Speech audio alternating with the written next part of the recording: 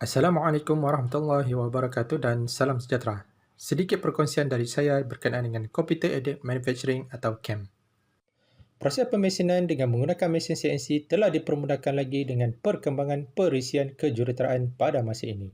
Daripada perisian ini, kita akan hasilkan bentuk produk yang kita ingini sama ada dalam bentuk 2 dimensi atau 3 dimensi yang kemudiannya kita tukarkan lukisan ini ke bentuk arahan yang mesin boleh faham bagi menghasilkan produk kita ini. Okey, lukisan CAD yang saya hasilkan ini menggunakan perisian kejuruteraan Autodesk Inventor dan CAM pula menggunakan Autodesk Inventor CAM. Kedua-duanya dari versi tahun 2020. Versi asal yang saya gunakan adalah versi 2015. Tapi pada kali ini, kita akan fokuskan kepada CAM sahaja.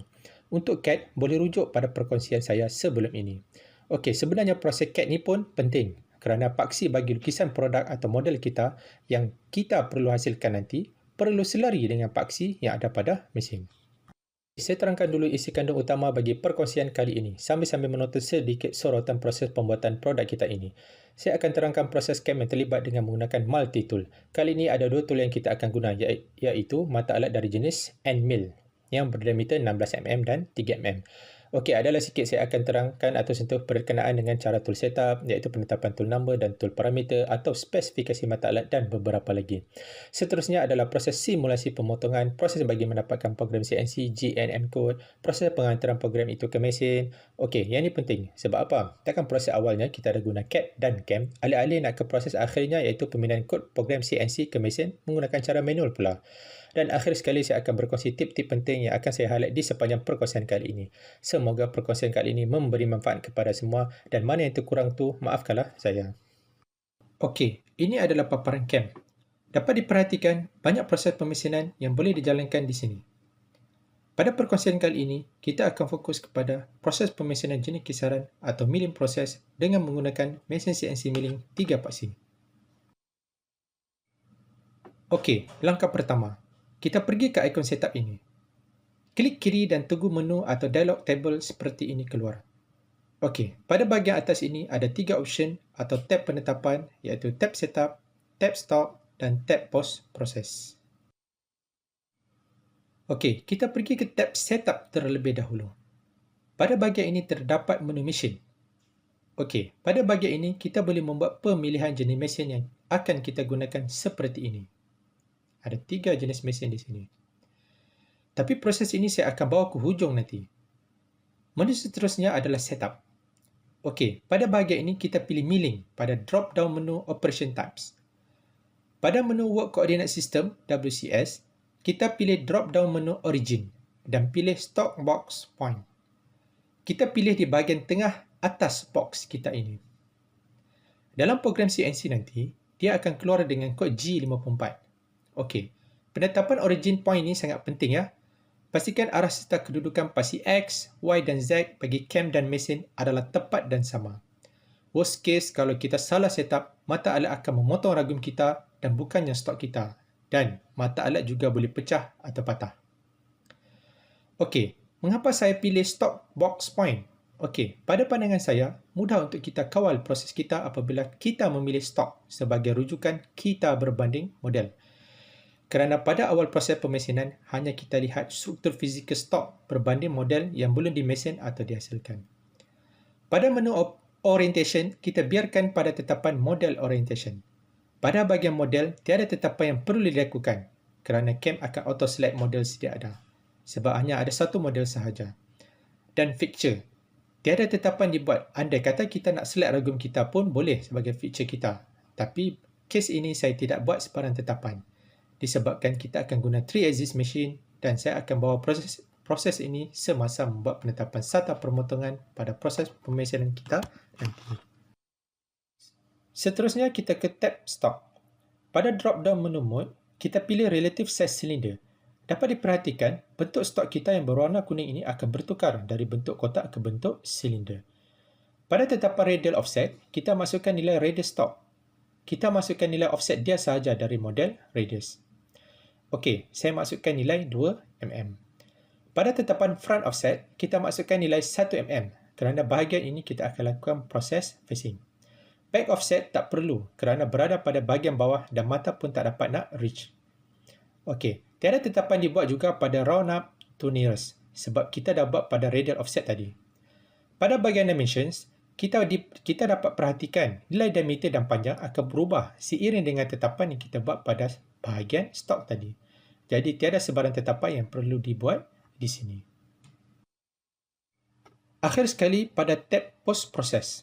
Okey, untuk proses ini saya akan bawa ke hujung nanti iaitu semasa kita nak generate atau hasilkan program CNC. Okey, sekarang kita nak memulakan proses pemesinan yang pertama iaitu mengisar permukaan atau facing. Okey, kita klik pada ikon face ini pada 2D milling proses. Kita tunggu sehingga tabel seperti ini keluar. Pada menu ini terdapat 5 tab yang perlu kita buat tetapan pada setiap satunya.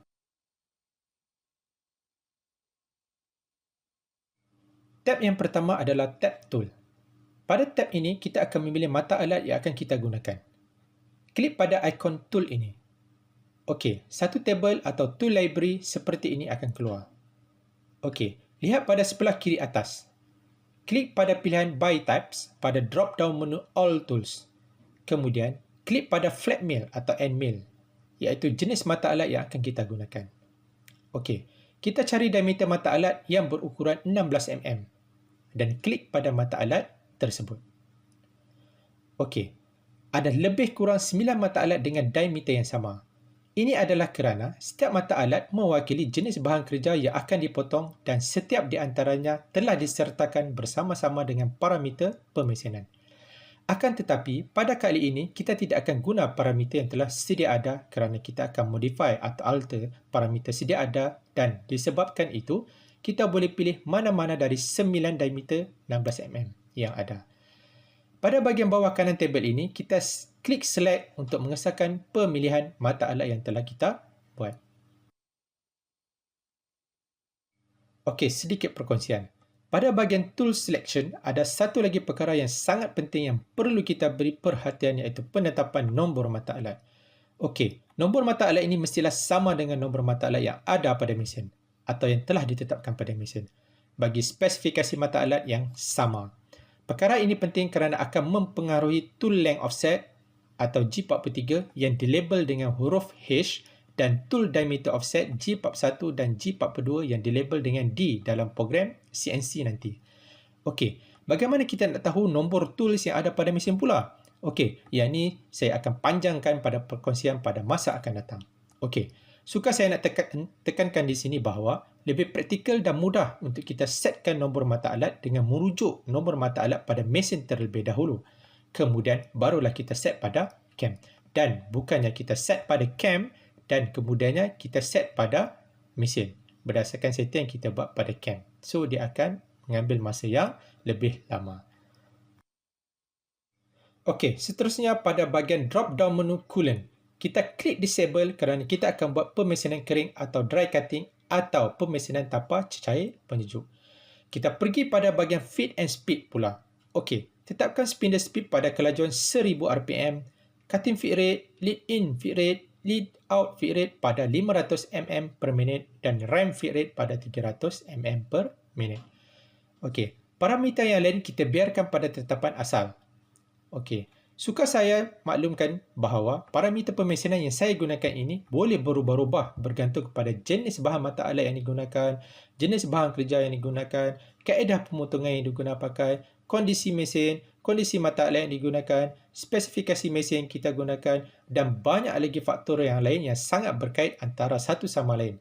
Dan setakat ini parameter pemesinan yang saya gunakan ini merupakan parameter yang sesuai digunakan bagi proses kita pada kali ini. Okey, satu lagi perkara yang saya nak kongsi.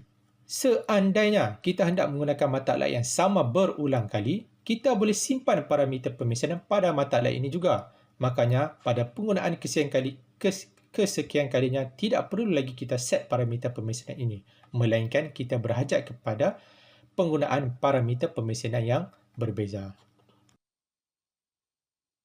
Okey, sekarang kita pergi ke tab geometri pula. Okey, pada menu ini tiada sebarang perubahan atau tetapan yang perlu dilakukan kerana dapat diperhatikan pada gambar raja, geometri kita telah dipilih secara automatik seperti yang kita dapat lihat bulatan berwarna orange ini. kita pergi ke tab Hide pula. Pada menu ini terdapat 5 sata kerja yang perlu kita tetapkan ketinggian masing-masing.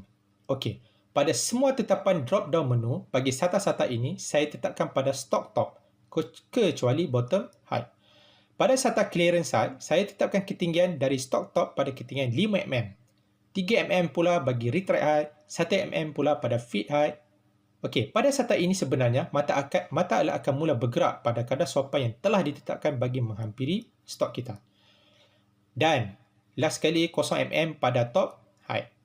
Okey, pada drop down menu bottom height yang tadi tu, kita pilih model top. Okey, kenapa kita pilih model top?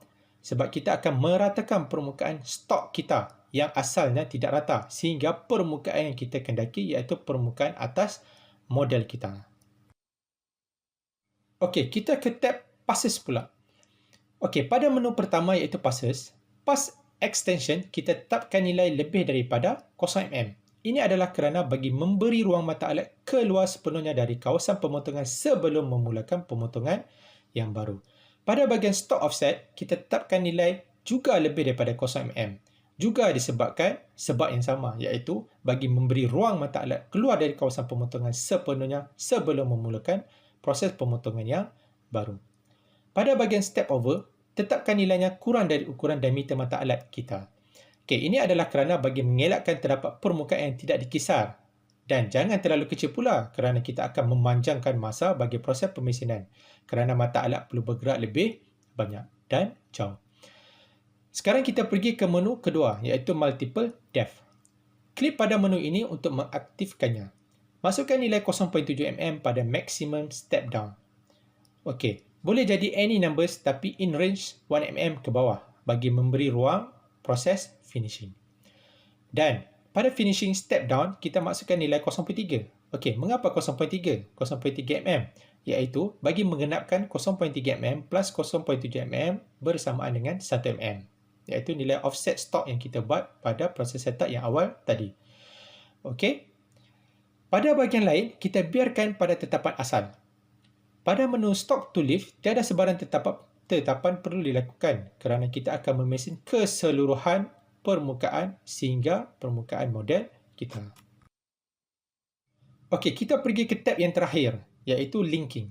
Okey, pada tetapan ini tiada sebarang tetapan yang perlu dilakukan. Kita biar semua tetapan pada keadaan asal melainkan sekiranya terdapat keperluan untuk kita ubah tetapan ini. Dan untuk kali ini, tiada sebarang tetapan yang perlu dilakukan, memadai dengan tetapan sedia ada. Akhir sekali, kita klik pada butang OK pada bahagian bawah kanan bagi mengesahkan tetapan yang telah kita buat. Okey, CAM akan mula membuat bacaan laluan mata alat dan setelah selesai, CAM akan memaparkan laluan mata alat tersebut pada model kita. Okey, garisan-garisan berwarna biru, kuning dan hijau ini. Okey, selesai sudah proses kita yang pertama iaitu melarik permukaan atau facing proses. Okey, sekarang kita terus kepada proses kedua iaitu proses kisaran bentuk profil bagi model kita. Okey, disebabkan model kita adalah bentuk 3D, jadi saya akan menggunakan proses kisaran 3D milling iaitu adaptive. Proses kisaran 2D milling pun masih boleh digunakan walaupun model kita dalam bentuk 3D. Cumanya, perbezaan ketara di antara kedua proses ini adalah dari segi masa pemesinan. Okey, banyak lagi sebenarnya faktor yang mempengaruhi faktor masa ini, yang antara lainnya adalah seperti penggunaan mata alat berbilang saiz. Okey, tidak semestinya masa memotong bagi penggunaan mata alat yang lebih dari satu lebih panjang berbanding penggunaan mata alat tunggal. Kita boleh gunakan proses rush machining bagi mengatasi masalah ini. Tapi pada perkongsian kali ini, saya tidak akan ulas lebih lanjut, insya-Allah pada perkongsian yang lain. Okey, kita klik pada ikon adaptive ini pada 3D milling proses. Kita tunggu sehingga tabel seperti ini keluar. Pada menu ini terdapat 5 tab yang perlu kita buat tetapan pada setiap satunya. Tab yang pertama adalah tab tool. Pada tab ini kita akan memilih mata alat yang akan kita gunakan. Klik pada butang tool ini. Okey, satu tabel atau tool library seperti ini akan keluar. Okey, lihat pada sebelah kiri atas.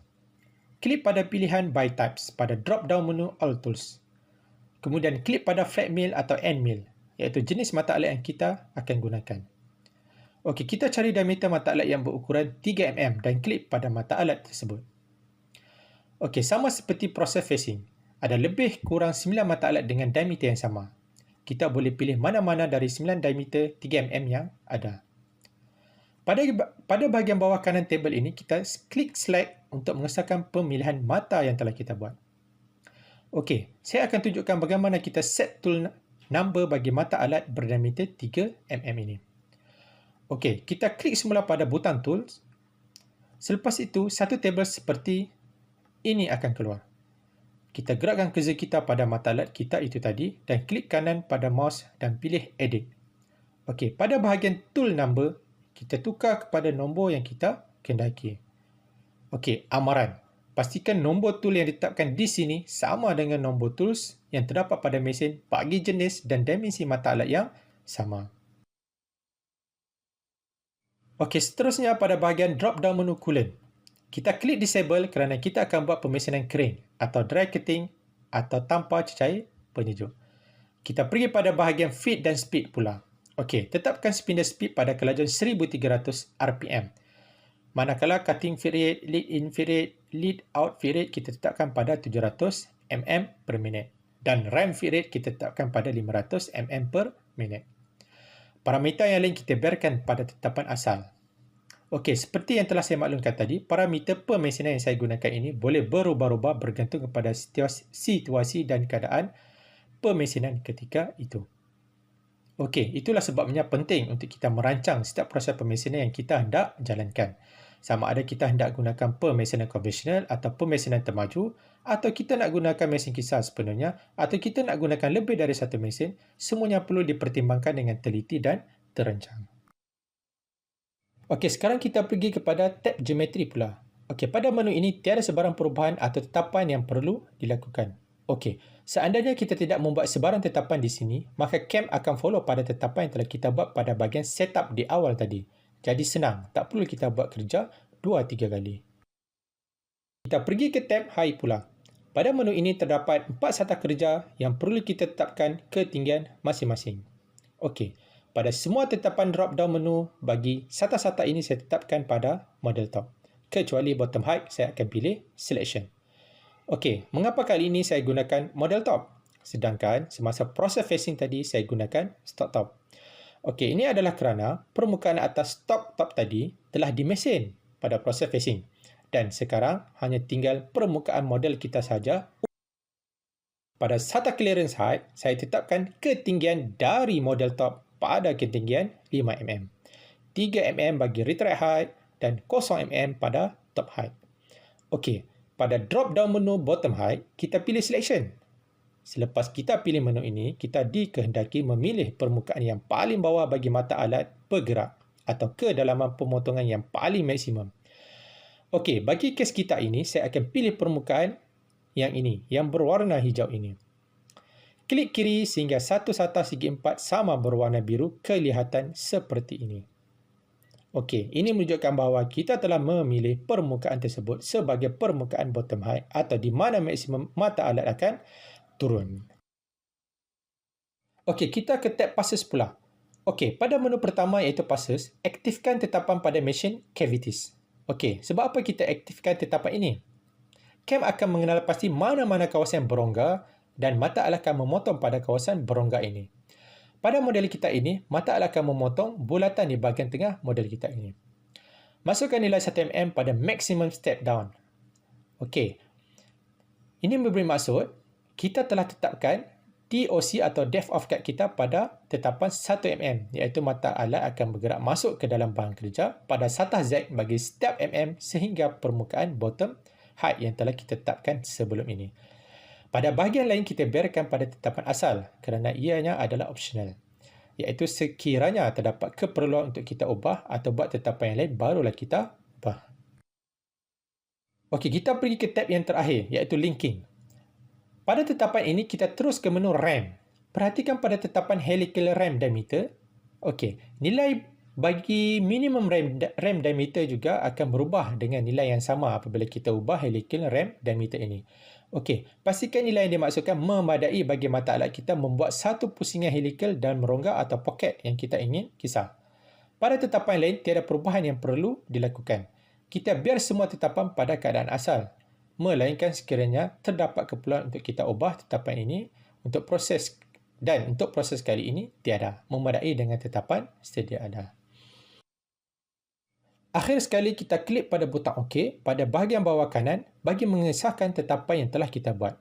Okey, CAM akan mula membuat bacaan laluan mata alat dan setelah selesai, CAM akan memaparkan laluan mata alat tersebut pada model kita. Okey, garisan-garisan yang berwarna biru, kuning dan hijau ini.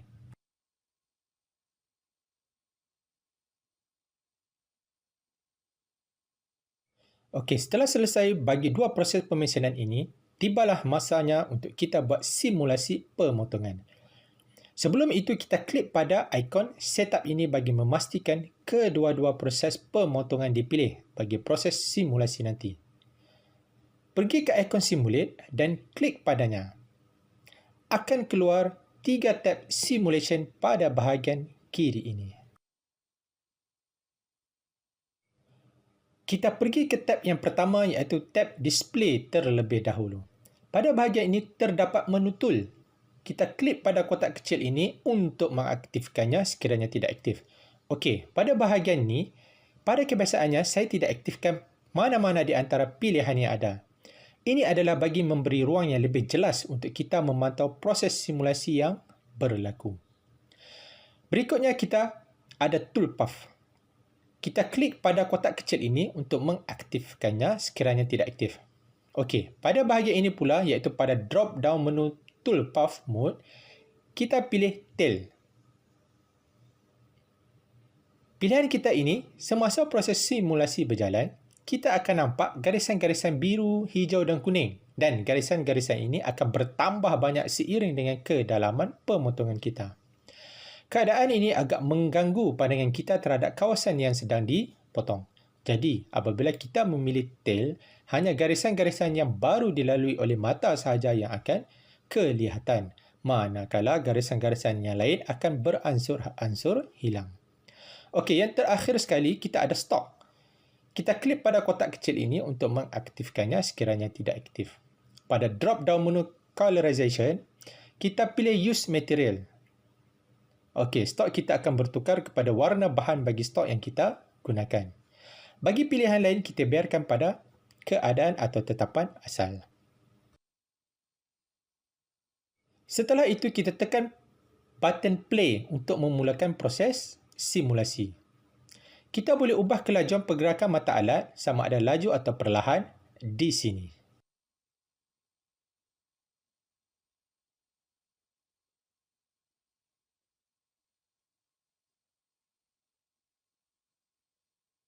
Okey, sedikit perincian terhadap produk ini. Produk ini pada awalnya tercetus hasil dari permasalahan yang dihadapi oleh Politeknik Nilai terhadap masalah sistem flushing yang mengalami kebocoran. Keadaan ini menyebabkan tekanan air menjadi rendah sekaligus menyebabkan sistem tidak dapat bekerja dengan baik dan efektif di samping berlakunya pembaziran air juga. Setelah diselidiki, terdapat satu part daripada sistem ini telah mengalami kegagalan dalam fungsinya. Okey, di mana duduknya part ini? Okey, sekejap ya. Ini adalah flush valve bagi sistem flushing yang dimaksudkan sebentar tadi. Okey, kita lihat apa yang ada di dalam.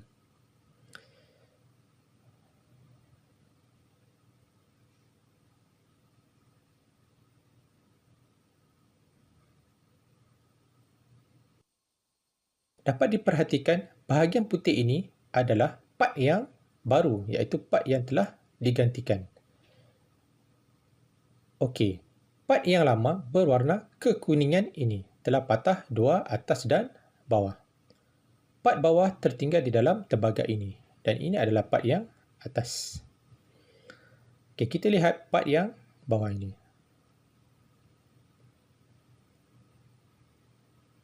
Okey, ini adalah rupa fizikal part atas dan bawah yang telah patah dua. Okey, kita lihat pula part yang baru yang telah digantikan tadi. Okey, ini adalah part yang baru. Okey, perbandingan dengan part yang lama yang telah terpatah dua.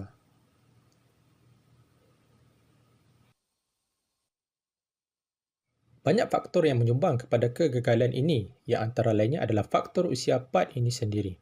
Satu lagi masalah yang besar pada ketika itu adalah part yang rosak ini tidak dijual secara berasingan kerana dijual dalam satu set. Dan kos bagi satu set pula mahal dan jumlah set yang rosak pada ketika itu pula banyak. Dipendekkan cerita, part yang rosak ini telah direka bentuk semula dengan reka bentuk yang baru dan fokus yang lebih diberikan pada kawasan yang patah dua ini. Serta pemilihan reka bentuk akhir adalah berpandukan kepada analisis stres yang dilakukan seperti gambar simulasi stres ini. Dapat diperhatikan pada kawasan yang berwarna merah itulah berlakunya kegagalan pada part yang lama. Setelah membuat pertimbangan sewajarnya, akhirnya saya dan dua orang lagi rakan iaitu Cik Rizal, Tuan Jurutera pada ketika itu dan Cik Amir, pesyarah di JKN juga pada ketika itu, telah mengambil inisiatif bagi menggantikan part ini melalui sumber-sumber dan kemudahan-kemudahan yang sedia ada di Politeknik Nilai. Alhamdulillah, lebih 15 unit telah dipasang pada tahun 2016 di lebih 5 buah tempat di sekitar Politeknik Nilai. Oh, sedar tak sedar sudah siap kem kita. Okey, jika diperhatikan, keseluruhan bahagian stok telah dimesin sehingga permukaan model kita. Dan kita juga dapat perhatikan mata alat telah bergerak pada kawasan dan tempat yang sepatutnya dan tidak melanggar atau memotong mana-mana bahagian pada model kita.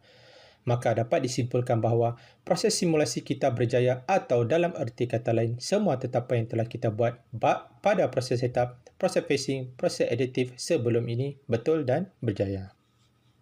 Okey, pada tab info dan statistik ini ada memaparkan maklumat berkenaan dengan proses pemesinan yang kita jalankan seperti kelajuan mata alat, kadar suapan yang kita gunakan, jarak bagi pergerakan mata alat yang kita gunakan dan yang lebih penting lagi adalah masa pemesinan.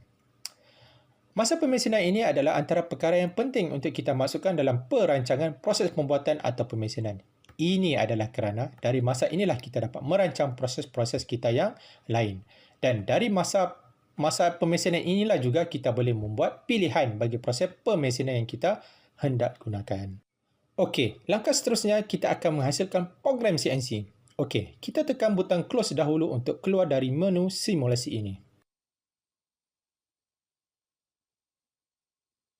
Okey, sebelum itu kita klik pada ikon setup ini bagi memastikan kedua-dua proses pemotongan dipilih.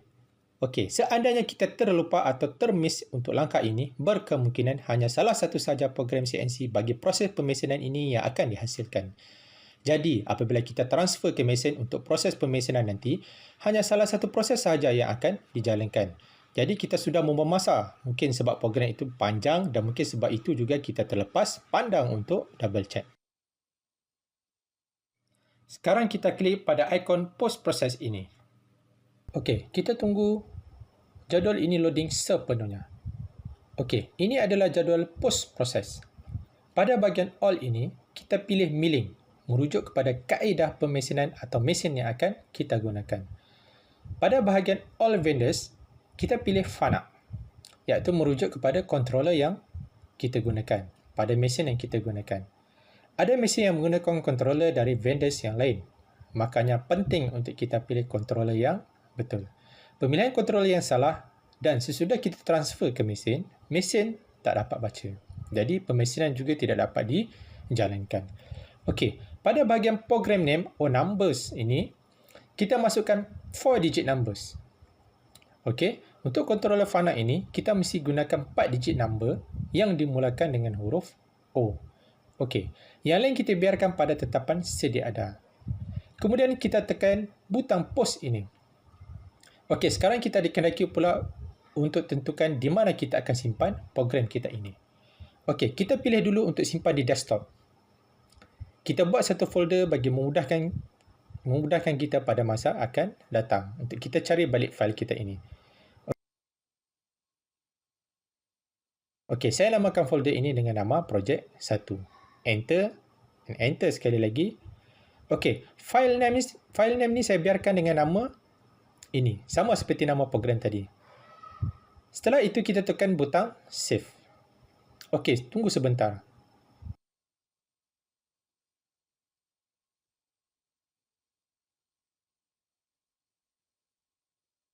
Okey, siap. Inilah program kita.